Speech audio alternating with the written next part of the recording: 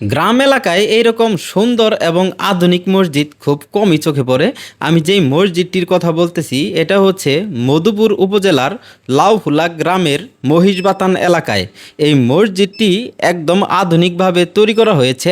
আর এই মসজিদটি প্রথম অবস্থায় এখানে যখন তৈরি করা হয় তখন একটা মাটির একটা মসজিদ ছিল, আর সেটা ছিল 90 সালের আশেপাশে।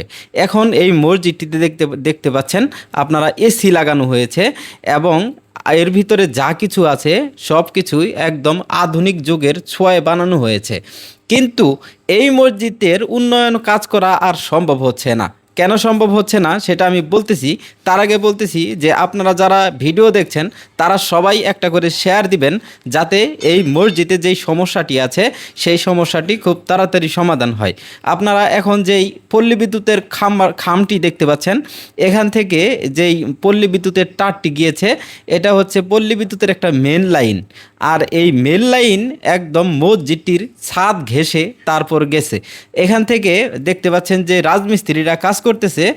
আর এই মসজিদের উন্নয়ন কাজ এর আগেও বন্ধ রাখা হয়েছিল শুধুমাত্র এই তারটির কারণে। মসজিদটির উন্নয়নের কাজ এখনও চলমান, কিন্তু শুধুমাত্র একটা কারণে এই মসজিদের উন্নয়নের কাজ চলমান রাখা সম্ভব হচ্ছে না। আর সেটা হচ্ছে এই দিকে আপনারা দেখতে পাচ্ছেন যে পল্লী বিদ্যুতের একটা তার আছে, এই তারটির কারণে এখানে ছাদে কাজ করা কোনোভাবে সম্ভব হচ্ছে না। এই মসজিদটিকে আমরা আমাদের এলাকার মানুষ যারা আছে সবারই আশা যে এই মসজিদটাকে একটা আধুনিক মসজিদ হিসাবে তৈরি করবেন, যার কারণে একের পর এক এখানে কাজ চলমান। কিন্তু উপরে যে পল্লী বিদ্যুতের তারগুলো আপনারা দেখতে পাচ্ছেন, এই তারগুলোর জন্য শুধুমাত্র এখানে কাজ করা সম্ভব হচ্ছে না। এর আগেও 2 বছর কাজ অফ রাখা হয় শুধুমাত্র এই পল্লী বিদ্যুতের যে তারটি এখান দিয়ে গেছে, শুধুমাত্র এইটার কারণে। মসজিদের উন্নয়নের কাজ তাই অনেকটা জীবনের ঝুঁকি নিয়েই এখানে করা হচ্ছে।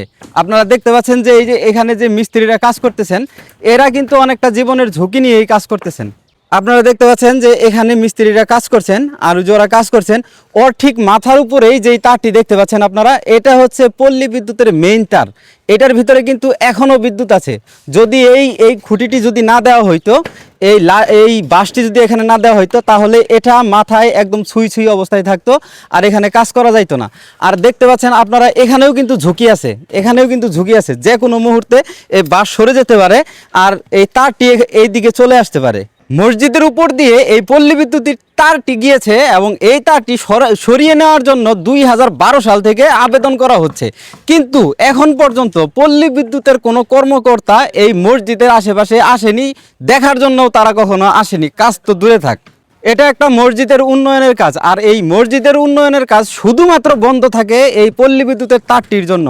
আপনারা দেখতে পাচ্ছেন যে যারা এখানে কাজ করতেছে ওদেরকে কিন্তু একমতো জোর করে এখানে আনা হয়েছে, কারণ জীবনের থেকে বড় মূল্য আর কোনো কিছুর নাই। টাকা পয়সা অনেক ইনকাম করা যাবে, এরা এটা ভালো করেই জানে যে তাদের যদি এখানে জীবন চলে যায় তাহলে সেই জীবন আর কখনো ফিরে আসবে না।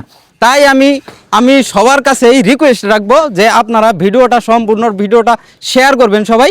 আর এই আমাদের যে এখানে পল্লী বিদ্যুতের তারটা আছে, এটা যেন খুব তাড়াতাড়ি সরিয়ে নেওয়া হয়।